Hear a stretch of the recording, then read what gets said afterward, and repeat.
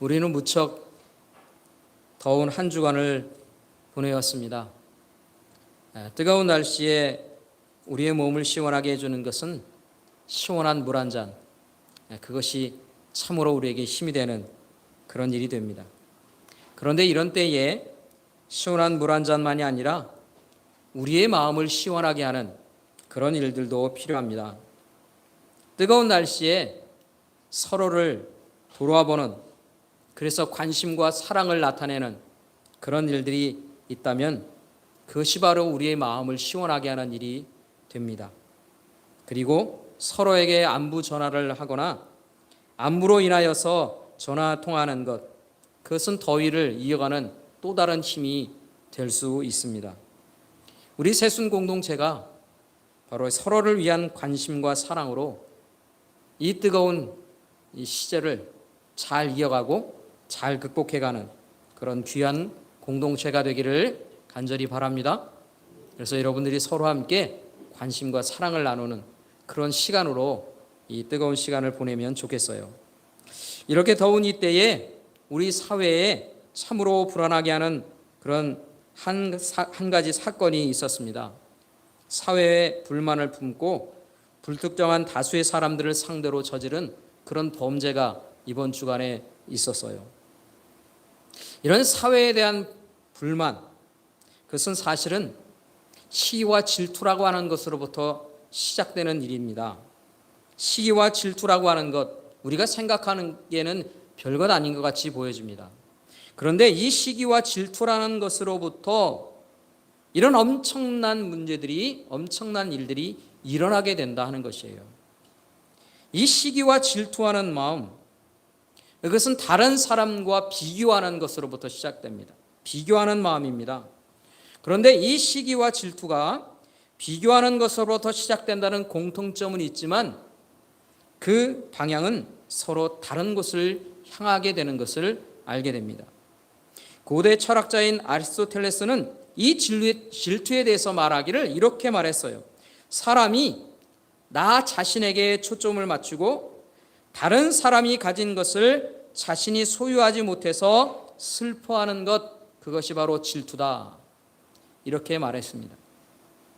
그리고 시기라고 하는 것은 무엇인가 하면 타인에게 초점을 맞춰서 자기가 갖지 못한 좋은 것을 다른 사람이 가진 것을 슬퍼하는 것이다. 이렇게 말했습니다. 말이 좀 어려운 것 같죠? 쉽게 설명하면 이렇게 말할 수 있습니다. 질투라고 하는 마음은 나는 없는데 다른 사람들에게 있는 것이 좋아 보이는 겁니다. 그래서 내가 갖기를 원하거나 내가 이루기를 원하는 목표를 세우고 나를 발전시켜 나아가서 그것을 얻게 만드는 그런 긍정적인 작용을 할 수 있는 여지가 있는 것, 그게 바로 질투라고 하는 것이에요. 그런데 시기는요, 좀 다릅니다. 초점이 다른 사람에게 가 있어요. 그래서 내가 어떻게 해서도 얻을 수 없다고 생각하는 그것을 다른 사람이 가지고 있어요. 그래서 다른 사람을 깎아내리거나 또는 다른 사람이 가지고 있는 것을 헐뜯습니다. 그리고 상처를 냅니다. 그러니까 다른 사람이 가지고 있는 것 때문에 다른 사람을 공격하는 거예요. 좀 더 파괴적인 모습으로 나타나게 된다 하는 것이죠. 그래서 이 시기하는 마음이 사람들을 더 고통스럽게 만드는 겁니다. 오늘 본문에 보니까 이런 시기심을 가진 사람, 이 시기심으로 가득했던 사람들이 등장하는데 그들이 누군가 하면 바로 사두개인이라고 하는 사람들이에요. 이들이 누구에게 이런 시기심을 가지고 있는가 봤더니 바로 사도들입니다. 사도들에게 시기심이 가득했다는 것이, 아니 이들이 왜 사도들에게 대해서 시기심이 가득한 마음을 갖게 되었을까요? 여러분 생각해 보기에 이 사두개인은 어떤 사람들입니까? 그 당시에 유대 사회를 지배하고 있는 종교 지도자들 아닙니까? 예루살렘 성전을 관할하면서 모든 유대인들을 다스리고 있었던 사람들이 바로 이 사두개인들이에요.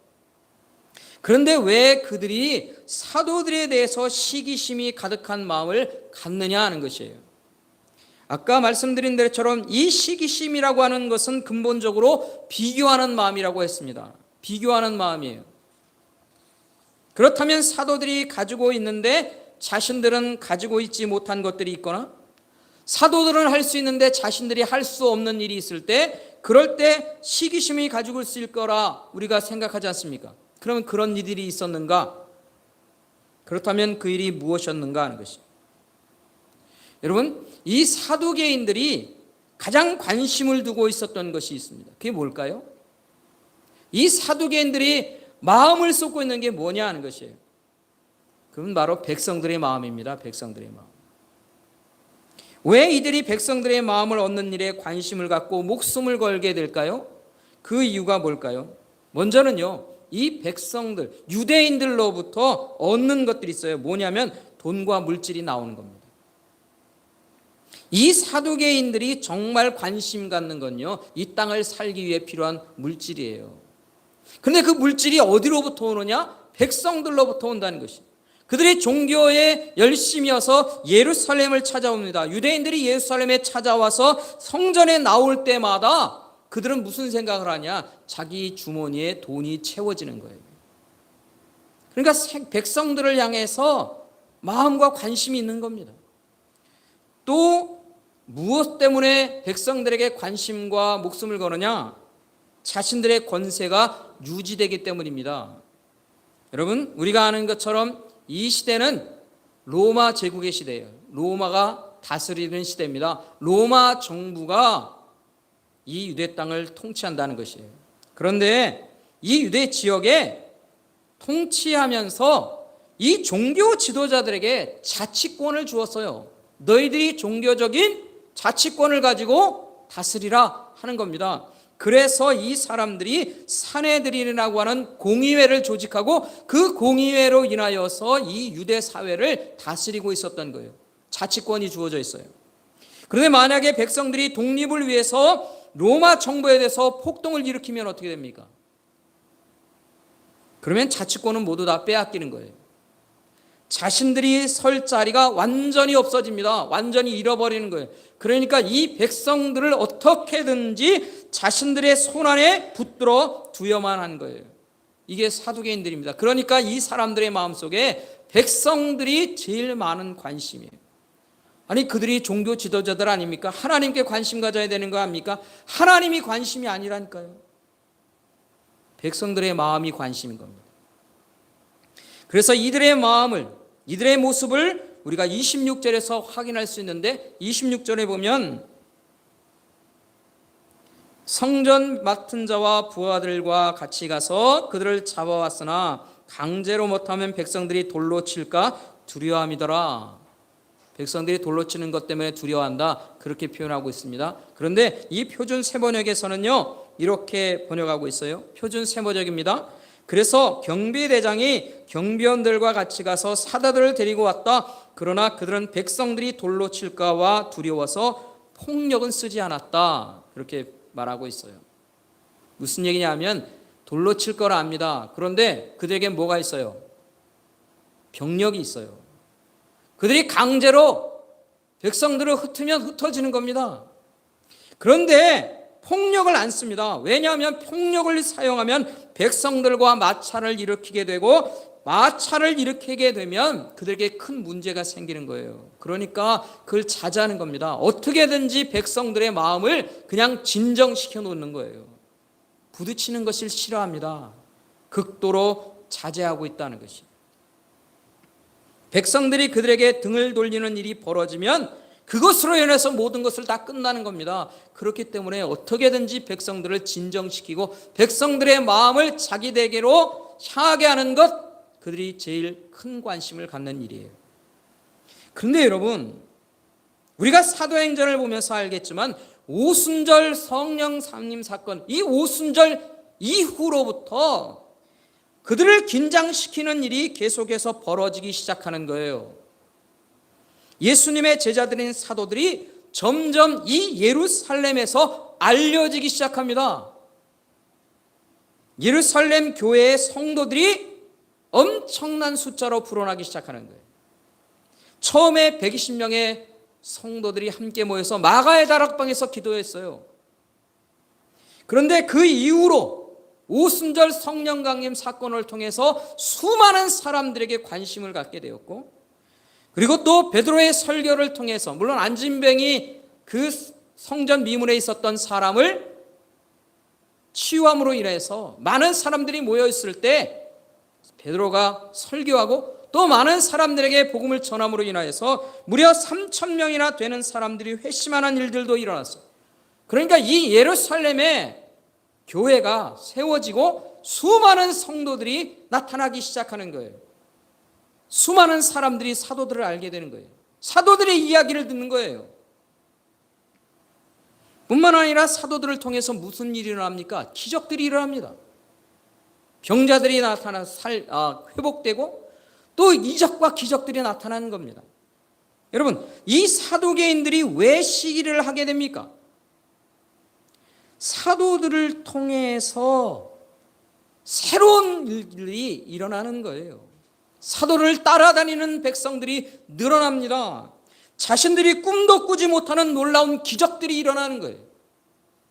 자신들이 종교 지도자로 이 예루살렘을 통치하는 것 같아 보이는데 자신들이 할 수 없고 자신들로부터 점점점 사람들이 떠나는 일들이 일어나니 이들의 마음이 이제 시기로 가는 겁니다. 여러분, 이곳이 어디입니까? 예루살렘 아닙니까? 예루살렘에서 이루어지는 일이라는 거예요. 여러분, 예루살렘이 어떤 곳입니까? 이 사도계인들이 자신들의 주도권을 가지고 행사해야 하는 가장 중요한 곳이 이 예루살렘이에요. 그런데 이 예루살렘에서 점점점 자신들의 입지가 줄어드는 겁니다. 그래서 이들의 마음속에 시기심이 가득해지는 거죠. 이 시기심은 다른 사람을 흠집내고 상처를 입히고 공격적인 형태로 나타나죠. 그래서 이 사람들이 어떻게 무슨 행동을 하게 됩니까? 오늘 본문에서 소개되는 거 있는 거예요. 사도들을 옥에 가둔 겁니다. 이전에도 옥에 가두고 그들을 신문했던 일이 있었는데 또 그들을 가둔 것입니다. 그들의 가진 권세로 인하여서 할 수 있는 최고의 방법이 뭐냐면 가두는 거예요. 가두는 거. 옥에 가두는 거. 그러나 그들의 생명은 건들 수가 없습니다. 왜냐하면 생명을 건드는 일은요, 로마 정부에서 허가를 받아야 되는 거예요. 그러니까 생명을 건들 수 없지만 그들이 할 수 있는 최선은 뭐냐면 옥에 가둘 수는 있다는 것이죠. 그래서 그들이 옥에 가둡니다. 그런데 그들이 옥에 가두었는데 오늘 본문에 보니까 옥에 갇혔던 이 사도들에게 놀라운 일이 벌어지는 거예요. 19절부터 20절의 말씀에 보면 주의 사자가 밤에 옥문을 열고 끌어내어 이르되 가서 성전에 서서 이 생명의 말씀을 다 백성들에게 말하라. 하나님이 말씀하셨다는 겁니다. 하나님께서 그의 사자들을 보내 옥문을 열고 끌어내셨어요. 그리고 성전에서 백성들에게 생명의 말씀을 전하라고 그렇게 말씀하시고 명령하셨다는 것이죠. 여러분, 이 생명의 말씀이 무엇인지를 우리는 압니다. 이 생명의 말씀이 바로 예수 그리스도에 대한 말씀이에요. 그리고 예수 그리스도께서 하신 말씀이고 예수 그리스도의 복음이다 하는 것이에요. 예수 그리스도의 복음이 바로 생명의 말씀이죠. 이 복음, 생명의 말씀을 그들에게 전하게 되었다는 것입니다. 사랑하는 성도 여러분, 오늘 우리가 이 본문을 통해서 주의 깊게 생각해야 하는 것이 있어요. 이 말씀이 지금 현재 무엇에 대해 말하고 있는가? 우리가 좀 더 집중해서 봐야 될 것은 뭐냐면 지금 현재 하나님께서 뭘 하고 계신가 하는 거예요. 하나님께서 지금 무엇을 하고 계시는가? 하나님이 지금 뭐 하고 계십니까? 하나님께서 지금 직접 인간의 역사 속에 개입하고 계시다는 겁니다. 하나님께서 주의 사자를 보내셨지만 하나님이 직접 개입하시는 거예요. 하나님께서 초자연적인 일들을 일으키셔서 인간의 역사 속에 개입하고 계시는 하나님이시다 하는 겁니다. 여러분, 일반적인 역사, 그것은 인간의 능력으로 인간인들이 만들어가는 그런 역사가 있다는 것이에요. 그렇죠? 우리가 지금 만들어가는 그 역사가 바로 인간들이 많은 일반 역사인 거예요. 인간들이 만드는 일반 역사 속에 어떤 일이 있습니까? 그 인간들이 만드는 역사라고 하는 것은 단순하죠. 옥에 갇힌 사람들이 있으면 그들은 옥에서 스스로 못 나옵니다. 스스로 나올 수가 없는 거죠. 스스로 옥문을 열고 나오는 것은 인간의 능력으로는 할 수 없는 일이에요. 일어날 수 없는 일이고 일어나서는 안 되는 일이죠. 이것이 인간이 만드는 인간의 역사다는 것이에요. 그런데 하나님께서 그 일을 깨셨습니다. 직접 일하신 거예요. 하나님께서는요, 아주 특별한 일이 있을 때에 인간의 역사 속에 개입하세요. 하나님께서 꼭 하셔야 할 일들이 있을 때, 하나님께서 급하게 해결하셔야 할 일이 있을 때, 그럴 때 하나님께서 인간의 역사 속에 개입하시는 거예요. 하나님이 늘 물론 모든 것들을 다 주관하시는 하나님이시지만 하나님이 모든 것들을 다 개입하셔서 움직이시는 것이 아니라 인간들에게 자율권을 부여하셔서 그렇게 움직여가 계십니다. 그래서 인간의 역사라고 하는 것이 쓰여지는 겁니다. 그런데 하나님께서 지금 이 인간의 역사 속에 갑자기 등장하시는 거예요. 이처럼 하나님께서 인간의 역사 속에 개입하실 때 일어나는 일을 우리가 뭐라고 표현합니까? 뭐라고 말합니까? 그게 바로 기적이라고 하는 거예요. 하나님이 개입하시면 기적 같은 일들이 기적이 일어나는 거예요. 우리가 상상할 수 없는 일들이 일어나는 것이죠. 그래서 성경 안에서는 하나님이 일하심을 갖다가 계속 우리에게 나타나고 알려주기 위해 그렇게 글을 쓰는데 그것이 수많은 하나님의 기적들로 나타나고 있는 것이죠. 오늘 본문에 바로 이런 기적들이 일어난 거예요. 그러면 이 기적들을 통해 하나님이 무엇을 말씀하려고 하십니까? 어떤 일을 위해서 이 기적을 일으키셨느냐 하는 것이에요. 무엇을 위해서? 바로 생명이 말씀, 생명을 살리는, 생명이 되게 하는 그 말씀을 위해 하나님이 직접 이 안에 역사하시고 계시다는 거예요. 그래서 옥문을 열고 이 사도들을 밖으로 내보내 그들에게 수많은 백성들에게 하나님의 생명의 말씀을 전하게 하신다는 것입니다. 이게 하나님께서 개입하셔서 기적을 일으키시는 이유인 거예요.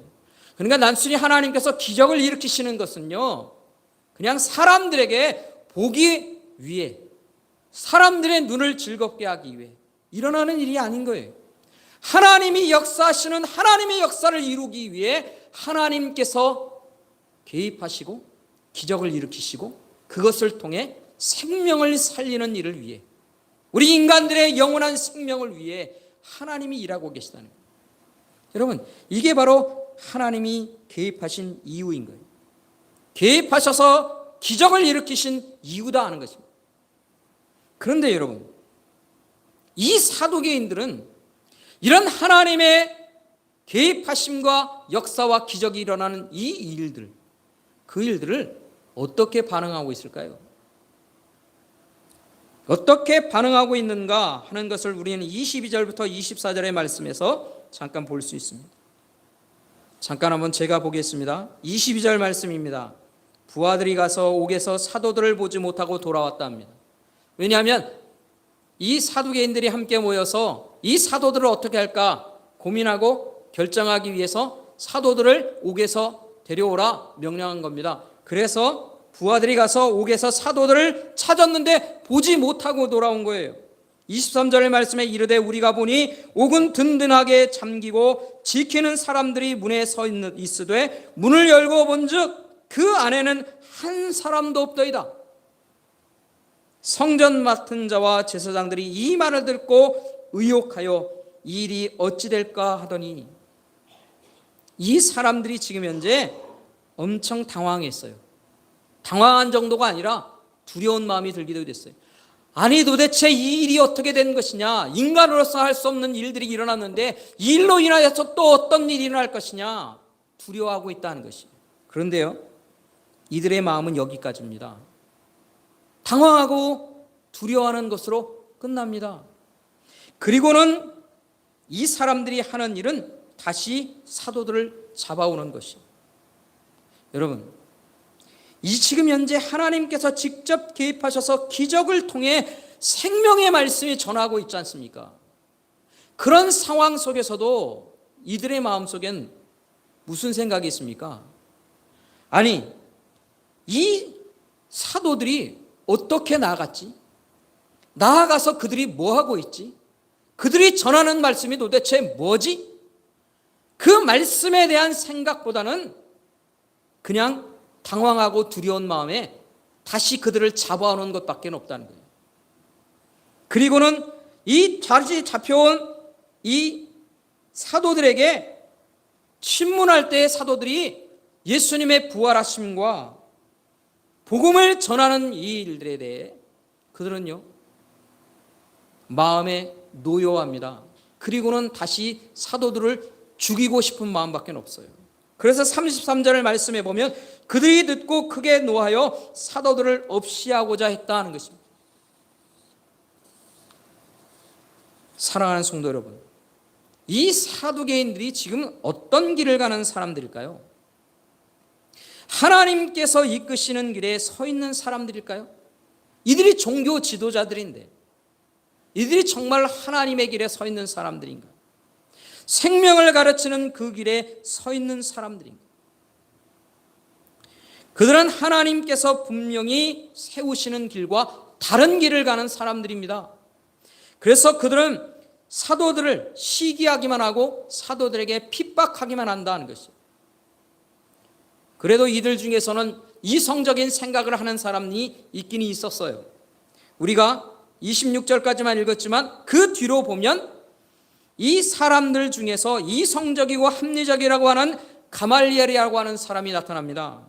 그 사람이 33절부터 39절의 말씀을 통해서 사두개인들에게 제안을 하는 말이 있어요. 무엇인가 하면 이 사도들을 그냥 두고 보자는 거예요. 그냥 놔두라는 거예요. 놔둬보자.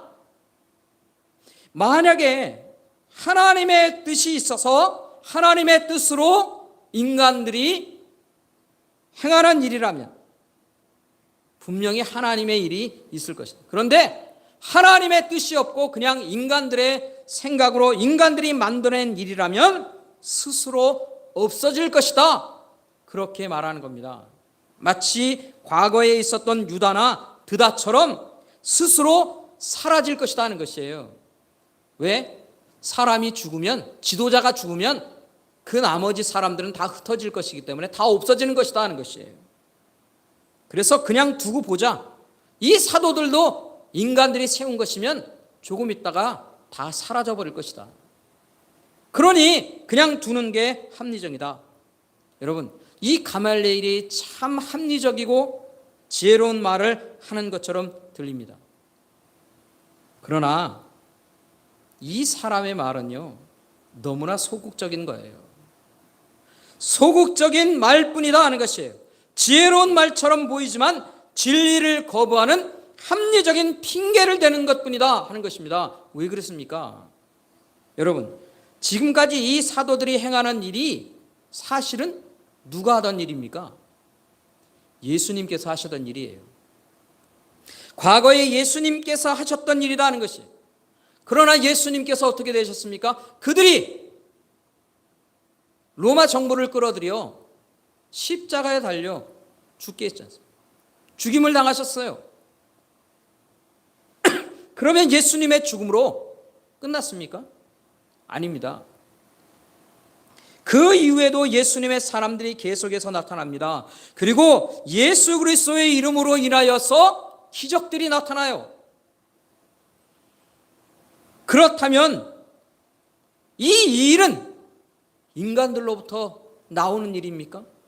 지금 현재 가말리엘이 말하고 있는 이 순간에도 예수 그리스도의 이름으로 인하여서 기적들이 일어나고 있고, 그리고 예수 그리스도를 따르는 이 사도들에게 하나님이 주의 사자를 통해서 옥문을 열고 그들을 나가게 하시는 일들이 일어나고 있는데, 이게 지금 현재 인간들의 일이냐 하는 것이에요. 벌써 이 속에서 하나님의 일하심이 분명히 나타나고 있는 겁니다. 그러면 이제 더 이상 뭘 두고 봐야 하는 것입니까? 두고 볼 일이 없는 거예요. 지금까지 계속해서 예수 그리스도께서 죽으신 이후에 부활하시고 그 이름으로 인하여서 기적들이 나타나고 옥문이 열리는 일들이 일어나고 있는 이 상황이면 더 두고 볼 게 없는 거예요. 그들이 믿어야만 하는 것이에요. 그런데 믿기가 싫은 겁니다. 믿을 수가 없는 것입니다. 믿어서는 안 되는 것입니다. 그러니 또 핑계를 댑니다. 두고 보자. 그냥 놔두고 또 두고 보자 하는 거예요. 이들이 예수 그리스도의 이 생명의 말씀을 듣기 싫고 받아들이기 싫은 것뿐이다. 그렇기 때문에 이 사람들은 어떤 사람들입니까? 하나님의 길을 따르지 않고 하나님의 길을 따르는 사람들을 시기하고 핍박하는 자들이 된다 하는 것입니다. 사랑하는 성도 여러분, 오늘 우리가 누구입니까? 저와 여러분은 어떤 사람들입니까? 저와 여러분은 하나님께서 역사 속에 개입하셔서 전하게 하신 이 생명의 말씀을 들은 사람들입니다. 오늘 우리가 생명의 말씀을 들은 사람이에요. 그리고 그 생명의 말씀을 듣고 믿음으로 반응한 사람들이 바로 저와 여러분인 것입니다. 생명의 말씀이 되신 예수 그리스도 안에 살기로 다짐하고 오늘 우리가 이렇게 모여 예배하며 하나님 앞에 나가고 있는 것입니다. 이 길이 하나님께서 직접 개입하시사 역사하시고 우리에게 전달되도록 하신 그 생명의 말씀의 근원이 우리에게 있다 하는 것이에요. 우리가 가는 이 길을 때로 핍박을 당할 수도 있고 힘들고 어려운 일들이 일어날 수 있는 길임을 우리는 압니다. 왜 그렇습니까? 생명의 말씀을 싫어하는 자들이 시기와 핍박으로 우리를 대할 수 있기 때문에 그런 것이에요. 이 사두개인들과 같은 사람들이 이 시대에도 존재하는 것이죠. 때로는 이 땅을 통치하는 사람들이 그런 역할들을 우리에게 할 수도 있는 것입니다. 그래서 디모데후서 3장 12절 말씀에는 이렇게 말씀하고 있어요. 무릇 그리스도 예수 안에서 경건하게 살고자 하는 자는 박해를 받으리라 라고 하는 말씀입니다. 그리스도 안에서 우리가 경건하게 살려고 하고 생명의 말씀이 되신 예수 그리스도를 향해 살려고 할 때 우리에겐 때때로 이런 박해와 핍박과 시기하는 일들이 우리에게 찾아올 수도 있다 하는 것이에요. 왜? 우리는 생명의 말씀 가운데 서 있기 때문입니다. 그러나 우리는 이 생명의 말씀을 끝까지 붙들고 살아야 하는 사람들인 줄 믿습니다. 우리는 이 말씀으로 인하여 살아가야 하는 사람들입니다. 예수 그리스도 안에 사는 이 생명의 길을 굳게 지키며 살아야 하는 사람들인 줄 압니다. 왜 그렇습니까? 이 생명의 길만이 오직 유일한 하나님의 길이에요. 하나님께서 기적과 같은 일로 개입하셔서 전하게 하셨던 생명의 말씀이 바로 우리가 붙들고 있는 이 예수 그리스도의 복음이기 때문입니다. 이 복음을 붙들고 우리는 살아가고 있는 것이에요. 이 길에서 돌이키는 것은 지혜로운 길이 아닙니다. 가장 어리석은 길인 것이에요. 그것을 우리가 알고 우리는 끝까지 우리 하나님께서 우리에게 전하기를 원하셨고 기적과 같은 일로 개입하셔서 우리에게 말씀하신 이 생명의 말씀을 우리가 붙들고 살아야 할 줄 믿습니다. 이 길을 우리가 붙들고 끝까지 살아가는 우리가 되길 간절히 소원합니다. 때로 시기하는 일들이 있고 핍박하는 일들이 있을 것이에요. 때로 우리가 어려움을 당할 수 있습니다. 주님 안에 더 경건하게 살고자 할 때 우리에게 다가오는 어려움의 일들이 있을 수 있습니다. 여러분, 그것을 미리 알기에 우리는 각오하고 사는 거예요. 그래도 우리는 주님이 주신 이 생명의 말씀을 붙들고 삽니다. 하나님이 역사 가운데 개입하셔서 전하게 하셨던 그 생명의 말씀을 우리는 붙들고 살아갑니다. 나는 그렇게 살 것입니다. 우리가 고백하면서 끝까지 우리에게 귀에 들려주신 이 귀한 진리의 말씀, 생명의 말씀을 붙들고 살 것을 다짐하며 살아가는 저와 여러분의 귀한 인생길 되기를 주님의 이름으로 축원합니다. 축원합니다. 기도하겠습니다.